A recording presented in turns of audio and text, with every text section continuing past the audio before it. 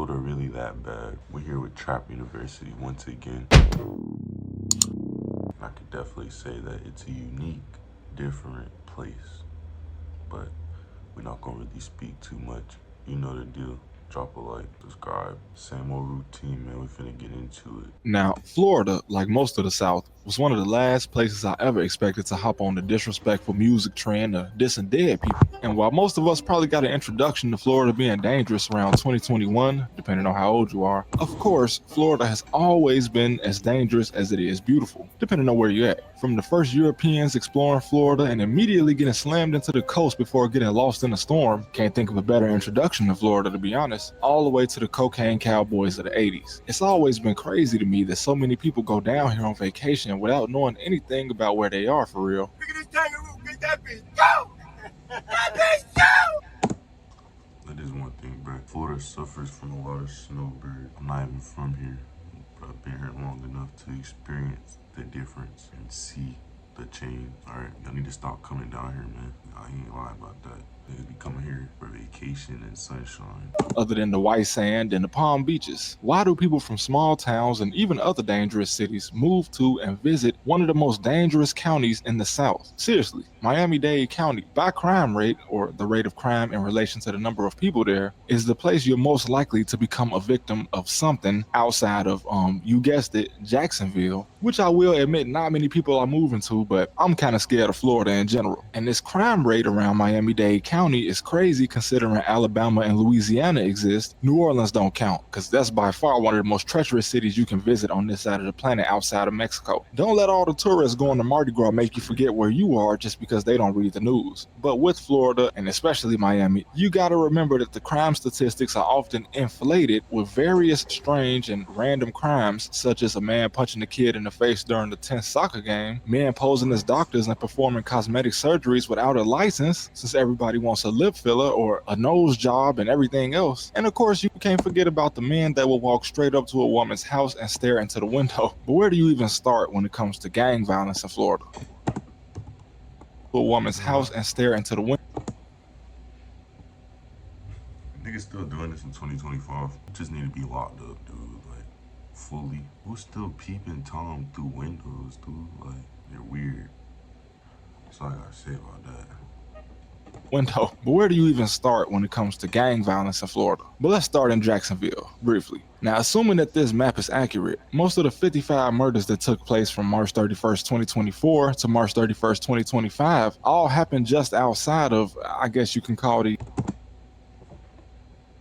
Why are there so many gangs? I didn't even know there was that many. And that's just Jacksonville. 5400, EGK, Fox Gang, 386, MTH, Hooterville. Niggas do anything. Y'all got it. These gang territories. Now I use that term loosely because you can ask any dude in any hood in America what block his hood stretched from, and he'll probably give you an over-exaggerated answer. Like, for instance, let's say you hang on 15th Street on the Midwest side of Jacksonville, and the guys you call your ops sometimes hang on 13th. Which one of y'all is gonna say 14th Street is part of y'all hood? Probably both of y'all. And this is why things like this don't really matter anymore. 30 years ago, when a lot of gangs were structured around drugs and money, claiming a block actually meant something because you typically didn't want any competition where you set up shop, which is pretty self-explanatory. But of course, nowadays, guys will just claim a street because it contains their favorite store to shop in. Is there even structure like this in Jacksonville, or is it every man for themselves? Let me know, Florida people. I remember back when I visited the suburban side of my family in Arizona in 2016, my auntie still thought that gangs were recruiting like the military. When from my personal experience, that hasn't been the case in decades. A gang is typically just a group of teenagers that grew up together and already hung out together. So all recruiting means is hanging out with strangers, and with the disrespectful backdoor culture that's spread around the entire country today, that's probably one of the dumbest things you can do. And from what I know, nation is not even a factor in Jacksonville, which makes it just as renegade as somewhere like Chicago. Jacksonville is just a city full of cliques, although you'll find the SMM Bloods, which is a set that started in the Bronx. But Florida do got the death penalty, so not being a law-abiding citizen out there is crazy. Like, bro, they just tried to pass a law to allow firing squad executions. I don't really know what the line is that you got.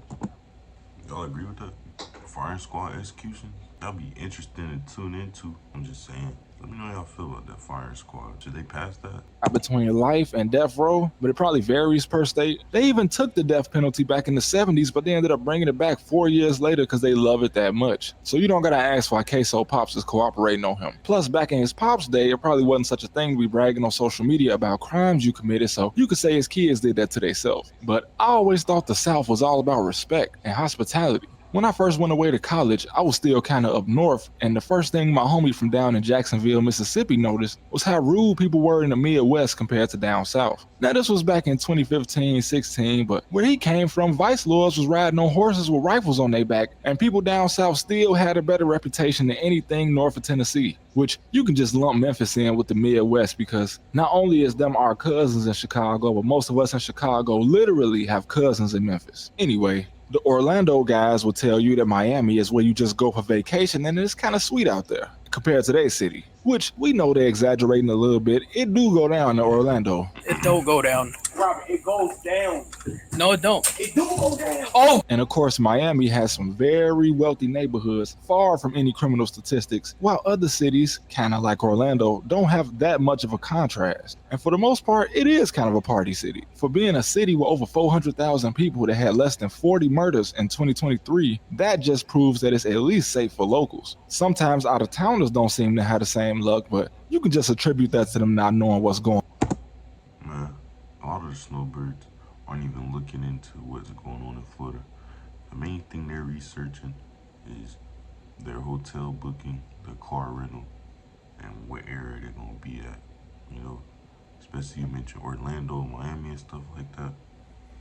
They in Miami for a cruise, or Orlando for SeaWorld or Disney World or some shit. The niggas ain't.